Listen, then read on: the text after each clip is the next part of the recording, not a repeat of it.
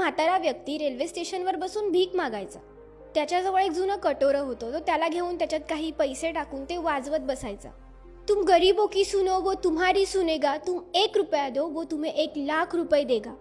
आणि हे ऐकून काही लोक आकर्षित व्हायचे आणि त्याला पैसे देऊन जायचे. आणि अशा पद्धतीने तो त्याचे दिवस काढत होता. आजूबाजूचे जे काही ओळखीचे लोक होते त्यांचं असं म्हणणं होतं की या भिकाऱ्याचे जे पूर्वज होते ते खूप श्रीमंत होते, पण हा काहीतरी व्यसनांचे आहारी जाऊन गरीब बनून गेला होता. एके दिवशी असंच संध्याकाळ झाली होती. भिकाऱ्याची जायची वेळ आली होती, पण त्याने विचार केला की अजून थोडा वेळ बसून भीक मागून घेतो. आणि तितक्यातच तिथे एक पॅसेंजर आला. तो अगदी घाईत होता. त्याची रेल्वे जाणार होती. तो अगदी पळत जात होता, पण पळता पळता त्याचं लक्ष या भिकाऱ्याकडे गेलं आणि या भिकाऱ्याजवळ येऊन थांबला.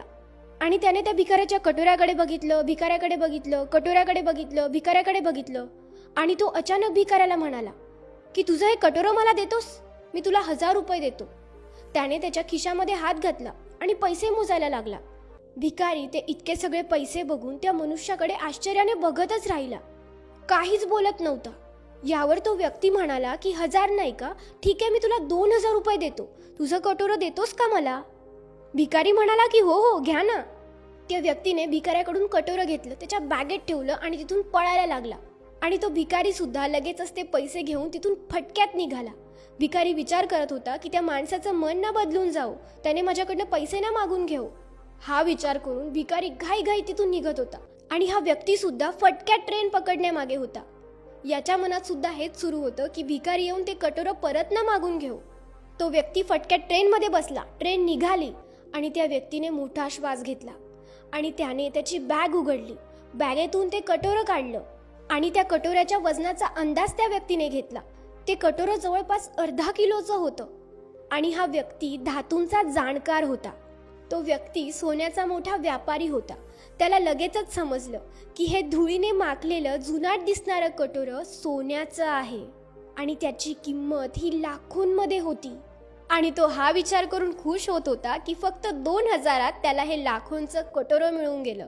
आणि हा भिकारी इकडे हा विचार करून खुश होत होता की एक मूर्ख आला आणि एक जुनाट कटोऱ्याचे 2,000 रुपये देऊन गेला.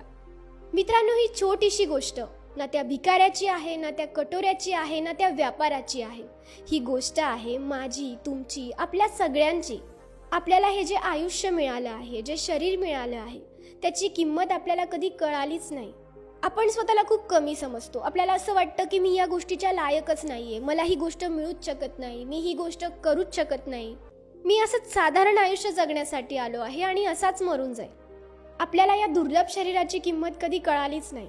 आपण ते जुनाट कटोरं घेऊन भीक मागतोय. आपल्याला वाटतंय की ते काहीच कामाचं नाहीये, पण खरं तर ते सोन्याचं आहे, जे अनमोल आहे.